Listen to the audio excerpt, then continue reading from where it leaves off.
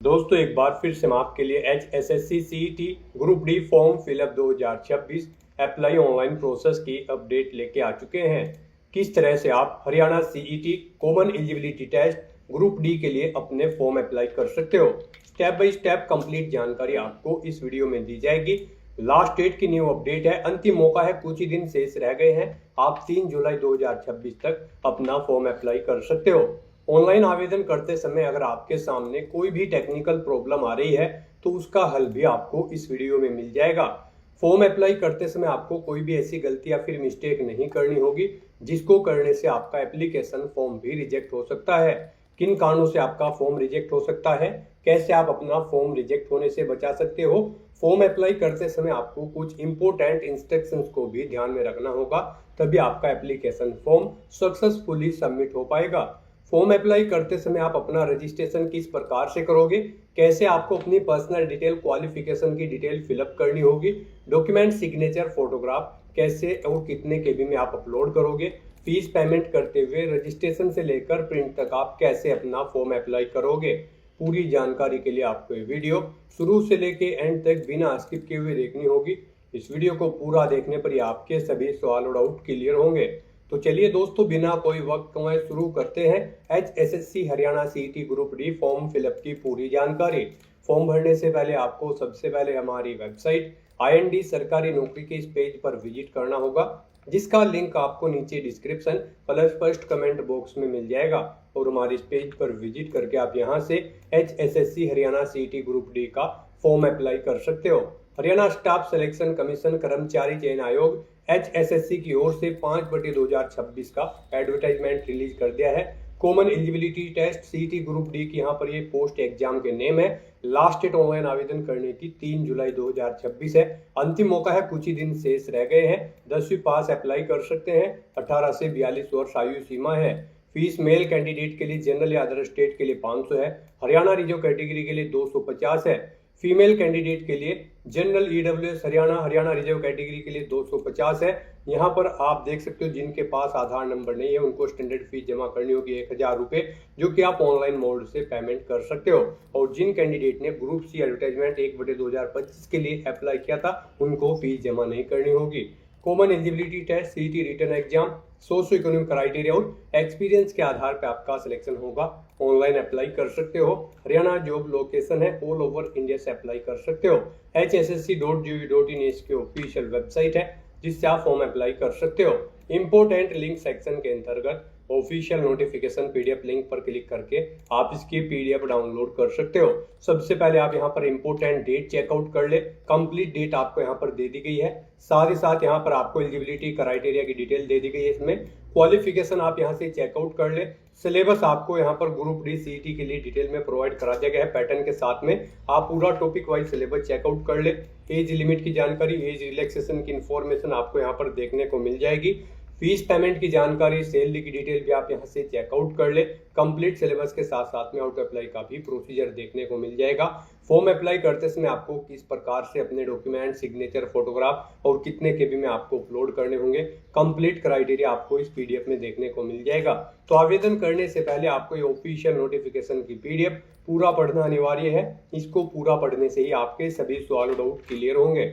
PDF read out करने के बाद में आपको अप्लाई ऑनलाइन के इस लिंक पर क्लिक करना होगा, तो आपके सामने ऑनलाइन आवेदन करने का ये ऑफिशियल पोर्टल ओपन हो जाएगा। गाइस, यहाँ पर अगर आपने हरियाणा CET ग्रुप C 1/2025 के लिए भी अप्लाई कर रखा है तो आप बिना फीस जमा कराए हुए यहाँ पर लॉगिन करके इस एग्जाम या टेस्ट में पार्टिसिपेट करने के लिए अपने फॉर्म अप्लाई कर सकते हो। उसके लिए आपको यहाँ पर existing user of group C 1/2025 click here to register for group D 5/2026 के स्टेप पर क्लिक करना है। उसके बाद आपके सामने कुछ इस तरह से इंटरफेस ओपन होगा। यहाँ पर आपको अपना मोबाइल नंबर एंटर करना है, अपना पासवर्ड एंटर करना है, ये कैप्चा कोड यहाँ पर आपको एंटर करना है और उसके बाद लॉगिन की स्टेप पर क्लिक करते हुए लॉगिन करके अपना फॉर्म अप्लाई कर लेना है। और गाइज, अगर आपने यहाँ पर HSSC CET ग्रुप D के लिए पहले से अपना रजिस्ट्रेशन कर रखा है तो आपको यहाँ पर existing user for group D 5/2026 के स्टेप पर क्लिक करना है। उसके बाद आपके सामने लॉगिन का यही इंटरफेस ओपन होगा। यहाँ पर आपको अपना मोबाइल नंबर एंटर करना है, अपना पासवर्ड एंटर करना है, ये कैप्चा कोड यहाँ पर एंटर करना है और उसके बाद लॉगिन की स्टेप पर क्लिक करते हुए आपको लॉगिन करके अपना फॉर्म अप्लाई कर लेना है। और अगर आप यहाँ पर ग्रुप डी के इस टेस्ट में पार्टिसिपेट करने के लिए फर्स्ट टाइम अप्लाई करने जा रहे हो या फिर आपने सीईटी ग्रुप सी के लिए भी अप्लाई नहीं किया है, तो फिर आपको यहाँ पर सबसे पहले अपना रजिस्ट्रेशन करना होगा।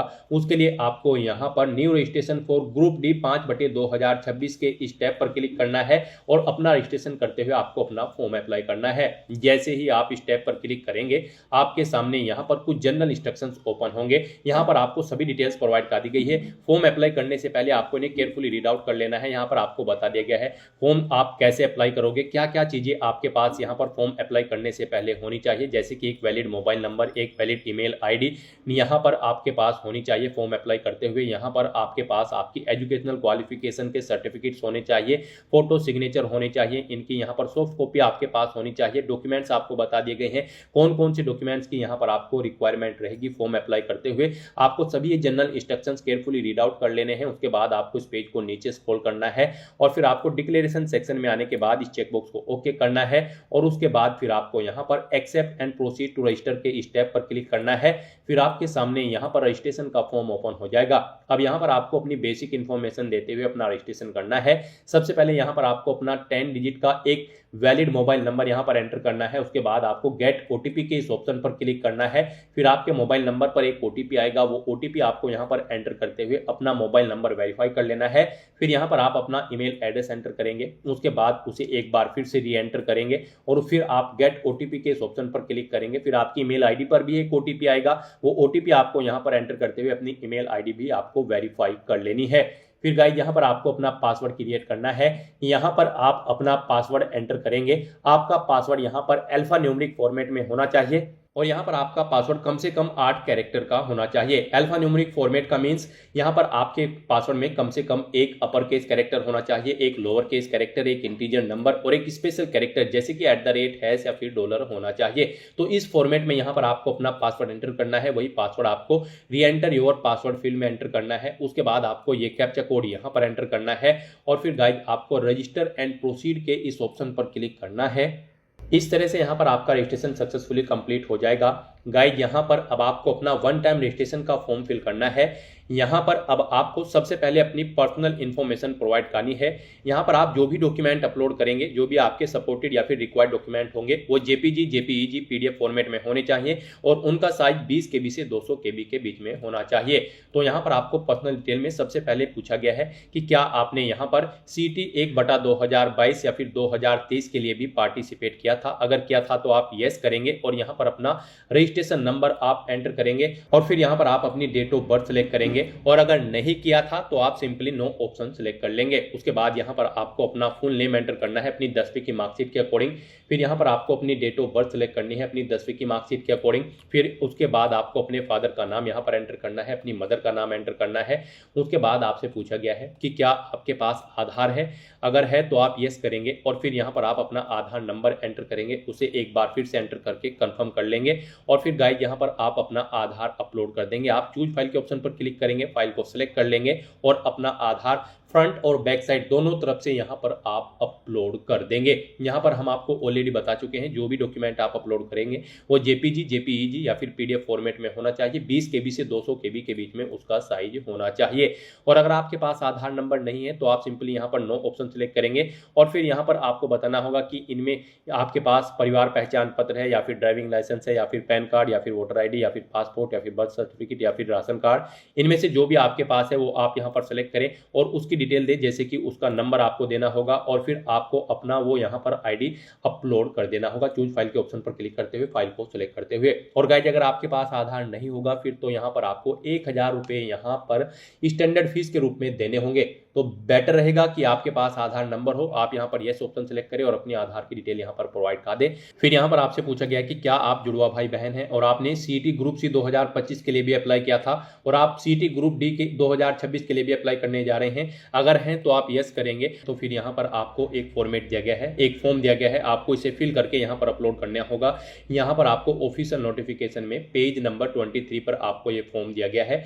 एनेक्जर 9 में आप इसे फिल करके यहाँ पर इसकी सॉफ्ट कॉपी अपलोड करेंगे। आप डायरेक्टली यहाँ से भी डाउनलोड के ऑप्शन पर क्लिक करके इसे डाउनलोड कर सकते हो और फिर इसे फिल करके इसकी सॉफ्ट कॉपी यहाँ पर आप अपलोड करेंगे। उसके लिए आप चूज फाइल के ऑप्शन पर क्लिक करेंगे, फाइल को सिलेक्ट करेंगे और अपनी यहाँ पर अगर आप ट्विन ब्रदर या सिस्टर है तो उसका ये फॉर्म आप यहाँ पर अपलोड कर देंगे। और अगर आप जुड़वा भाई बहन नहीं है तो आप सिंपली नो ऑप्शन सेलेक्ट करेंगे।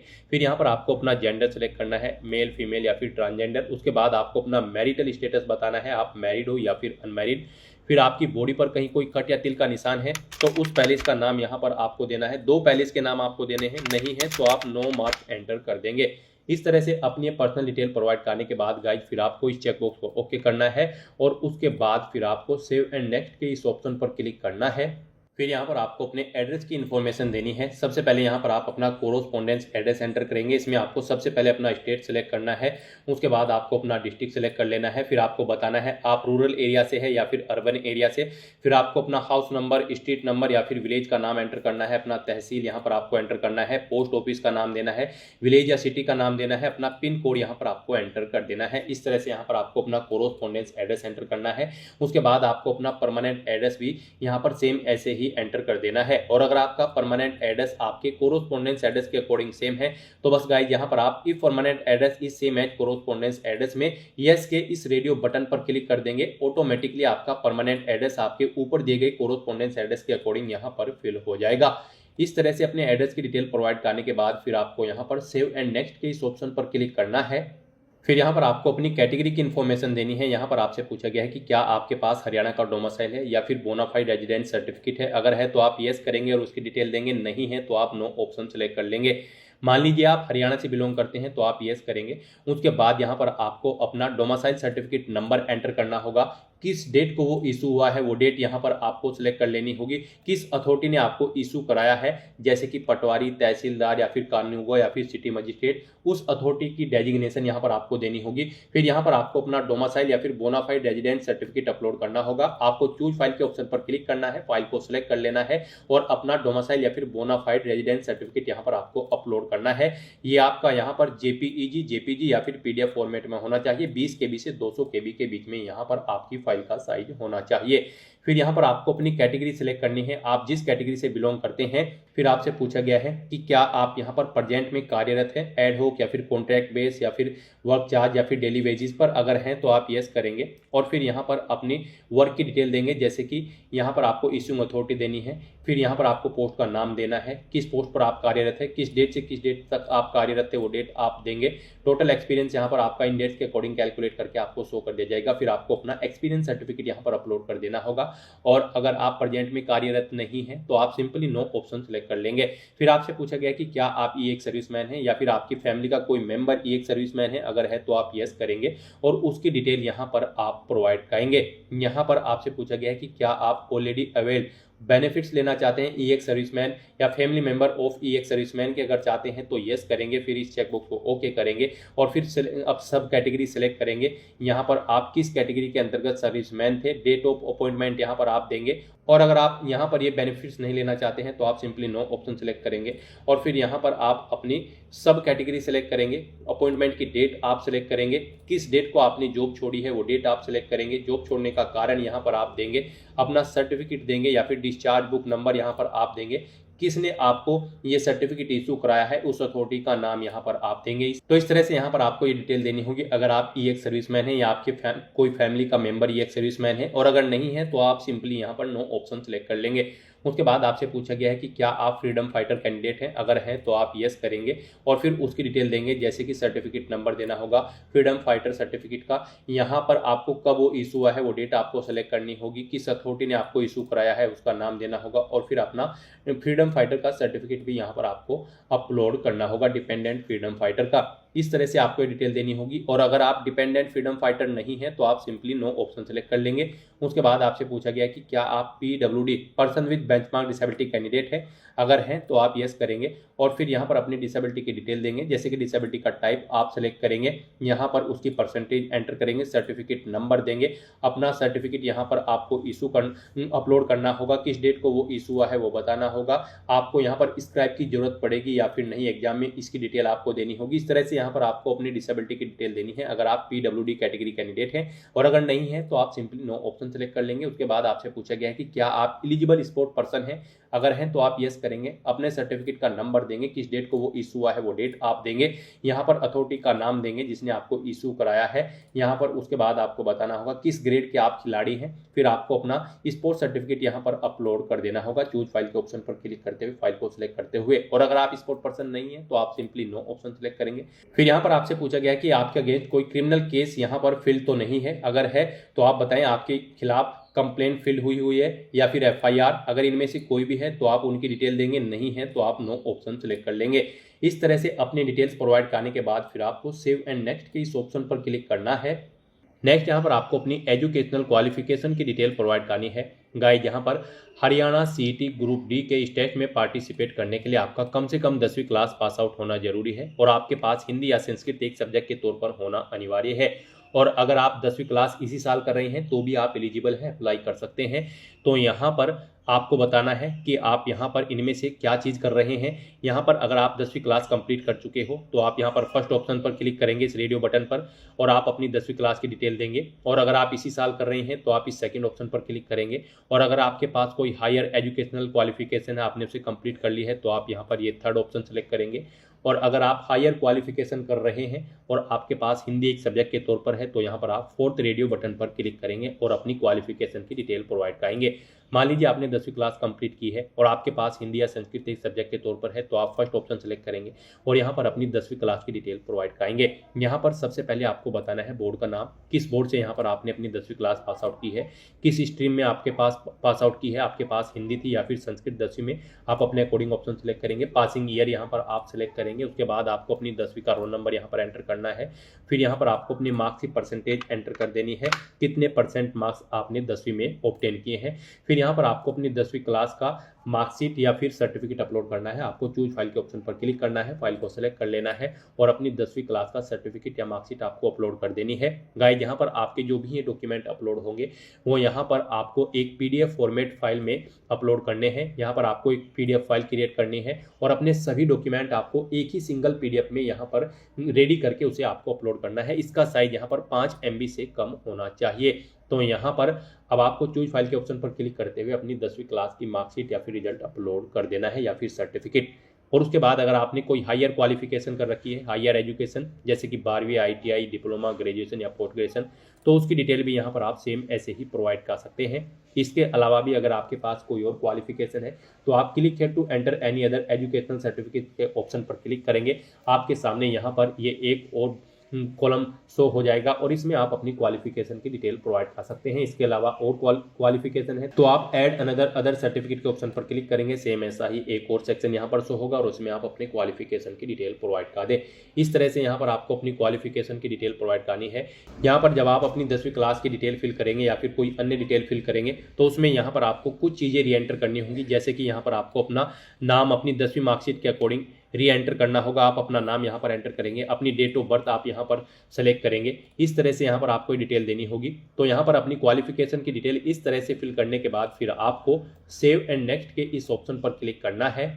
नेक्स्ट यहाँ पर आपको अपना फोटो और सिग्नेचर अपलोड करने हैं। इनके लिए आपको गाइडलाइन दी गई है। यहाँ पर आपका फोटो और सिग्नेचर 20 KB से 200 KB के बीच में होने चाहिए। JPG या फिर JPEG फॉर्मेट में आपके फोटो और सिग्नेचर होने चाहिए। गाइड यहाँ पर आपको दी गई गाइडलाइन के अकॉर्डिंग अपने ये डॉक्यूमेंट अपलोड करने हैं, फोटो और सिग्नेचर, अदरवाइज आपका फॉर्म रिजेक्ट हो सकता है। यहाँ पर अगर आपके फोटो या सिग्नेचर का साइज कम या ज़्यादा है तो उसके लिए आपको गूगल पर जाना है, इमेज रिसाइजर टाइप करना है। मल्टीपल ऑनलाइन वेबसाइट ओपन होगी, कोई भी वेबसाइट आप ओपन कर ले और वहाँ पे आप जिस भी फाइल का साइज दी गई गाइडलाइन के अकॉर्डिंग सेट करना चाहते हैं उस फाइल को अपलोड करें, उसका साइज सेट करें और वहाँ से उसे डाउनलोड करके फिर यहाँ पर आप अपलोड कर दें।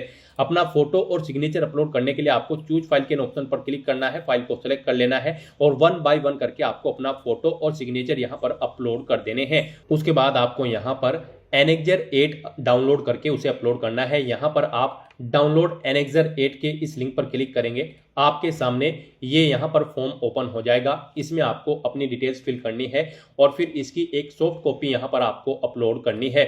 यहाँ पर आपको अपना नाम देना है, अपने फादर का नाम, और यहाँ पर आपसे पूछा गया है सिंपली कि क्या यहाँ पर आप मल्टीपल टाइम्स तो इस टेस्ट के लिए अप्लाई नहीं कर रहे हैं, आपने सभी डिटेल्स केयरफुली रीड कर ली हैं, आप खुद से यहाँ पर इसके रेस्पॉन्सिबल होंगे। अगर आपका फॉर्म कैंसिल हो जाता है तो ये डिटेल्स यहाँ पर आपको फिल करनी है और यहाँ पर फिर आपको इसे अपलोड करना है, इसकी सॉफ्ट कॉपी को। यहाँ पर भी आप चूज फाइल के ऑप्शन पर क्लिक करेंगे, फाइल को सिलेक्ट करेंगे और अपना एनेक्सर 8 यहाँ पर आप फिल करके उसे अपलोड कर देंगे। इस तरह से यहाँ पर अपने डॉक्यूमेंट अपलोड करने के बाद फिर आपको इस चेकबॉक्स को ओके करना है और उसके बाद गाइस सेव एंड नेक्स्ट के इस ऑप्शन पर क्लिक करना है। नेक्स्ट यहाँ पर आपको आपके वन टाइम रजिस्ट्रेशन फॉर्म का पूरा प्रीव्यू शो कर दिया गया है। आपको सभी डिटेल्स केयरफुली चेकआउट करनी है, इस पेज को नीचे स्क्रॉल डाउन करना है। कहीं पर कोई मिस्टेक है तो आप click here to edit your CET D 2026 application form के स्टेप पर क्लिक करके एडिट कर सकते हैं। और अगर सभी चीज़ें ओके हैं तो बस गाइड यहाँ पर अब आपको अपना फोटो वेरीफाई करना है, अपने सिग्नेचर आपको वेरीफाई कर लेने हैं और बाकी के डॉक्यूमेंट जैसे कि आपका आधार, डोमिसाइल सर्टिफिकेट, 10वीं का सर्टिफिकेट, ये भी आपको आई हैव वेरीफाइड के इन ऑप्शन पर क्लिक करते हुए वेरीफाइड कर लेने हैं। उसके बाद आपसे पूछा गया है कि क्या आपने अपना ये फॉर्म खुद से भरा है, स्वयं भरा है, तो यहाँ पर आपको येस ऑप्शन सेलेक्ट करना है। यहाँ पर आपको ये फॉर्म अपना खुद भरना है तो यहाँ पर आप येस के इस ऑप्शन पर क्लिक करेंगे। उसके बाद आप इस चेकबॉक्स को ओके करेंगे और फिर गाइड आप submit your CET D 2026 application form की स्टेप पर क्लिक कर देंगे। फिर यहाँ पर गाइज आपको अपना आधार वेरीफाई करना है, वेरीफाई आधार के ऑप्शन पर क्लिक करते हुए। और अगर परिवार पहचान पत्र आपके पास है तो आप वेरीफाई PPP के इस ऑप्शन पर क्लिक करके अपना परिवार पहचान पत्र वेरीफाई कर सकते हैं। गाइज यहाँ पर अगर आपके पास ये डॉक्यूमेंट नहीं होंगे तो फिर यहाँ पर आपको 1000 रुपये स्टैंडर्ड फीस के तौर पर यहाँ पर आपको जमा कराने होंगे। तो यहाँ पर अगर आपके पास आधार है तो आप उसे वेरीफाई कर ले। आप वेरीफाई आधार के ऑप्शन पर क्लिक करें, आपके सामने कुछ इस तरह से इंटरफेस ओपन होगा। अब आपको ये कैप्चा कोड यहाँ पर एंटर करना है और उसके बाद आपको सबमिट के इस ऑप्शन पर क्लिक करना है। फिर यहाँ पर आपके रजिस्टर्ड मोबाइल नंबर पर जिससे आपका आधार लिंक है एक OTP आएगा, उसे यहाँ पर आपको एंटर करते हुए अपना आधार वेरीफाई कर लेना है। इस तरह से यहाँ पर आप अपना आधार वेरीफाई कर लेंगे अगर आपके पास आधार है। और अगर आपके पास परिवार पहचान पत्र है तो आप इसे भी सेम ऐसे ही यहाँ पर वेरीफाई कर लेंगे।